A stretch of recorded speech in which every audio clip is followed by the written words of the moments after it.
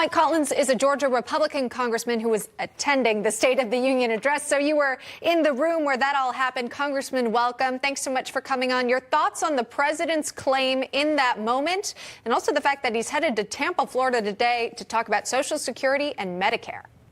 Well, appreciate you having me on, first of all. Thank you. And for all nights, for me not to wear my boots to something, because the more that man spoke, the deeper it got in there. It was just an outright falsehood. He knows that. We have continuously said if President Biden wants to talk about the debt limit, he needs to come to speak with McCarthy, our speaker, and iron out the details. We're not going to pass just a clean debt limit increase. That's not going to happen.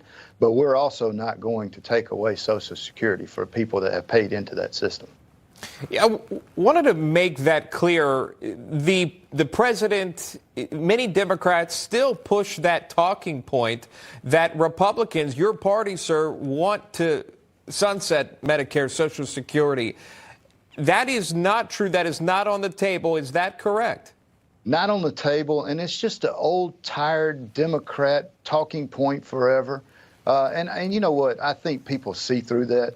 They see through that because they understand that when inflation is over 13% and they've lost over $7,400 in annual income due to the increase in inflation, whether it's gas or the spending spree that this administration's been on for the last 2 years, there's not much that he can say.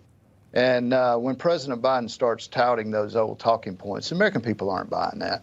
We know there was a lot of spending from the federal government, especially during COVID, right? All those businesses that were bailed out. But there are some questions, sir, about what Republicans might be willing to stop spending on, what they would recommend for the president to save this country some money. What are you looking at? Well, you know what? I think that's for President Biden and Speaker McCarthy to sit down and talk about and identify where the lines in the sands are and what is actually negotiable out there. But I will tell you this, if we don't curtail our spending, if we don't cut our spending and turn this ship around, that debt is the #1 threat to this country. And when you look back, and I know Schumer just not too long ago said that when they passed that last omnibus bill, that was the greatest thing since sliced bread, basically. And they have done that for 10 years. And that has just given these agencies just a free reign of cash without any accountability. That's why we need to get back to passing a budget which he has not even proposed. It is late. And then we need to start passing these appropriation bills. We also need to rein in these agencies and rein in these overreach of federal government on rules and regulations. And, that alone will help start bringing down the debt. I want to ask you, too, about the Chinese spy balloon, if we can. I know that there's a lot of chatter about that. There are a lot of opinions by the American people, but also military members, U.S. military members as well, so much so that this is being looked at right now at the Appropriations Committee in the Senate, happening now, a hearing on that to find out more information. How concerned are you about the Chinese gaining intelligence on U.S. military, perhaps bases, perhaps capabilities on American soil? Very. I mean, that's a short answer, but very. Because the #1 enemy to the Communist Chinese Party is the United States of America. And I cannot understand for the life of me why we let that balloon travel all across this country and then decide to shoot it down in the Atlantic. It should have been taken down when it first got over the Aleutian Islands in the Pacific over there. But there is a huge concern. In every committee, every subcommittee that I am in, we're holding oversight. And we just left an oversight committee not more than 2 hours ago. And that is the #1 talk. It is about China. And we need to investigate exactly what was on that balloon and find out exactly what they were doing. Yeah, Americans have many questions about how this was allowed to take place.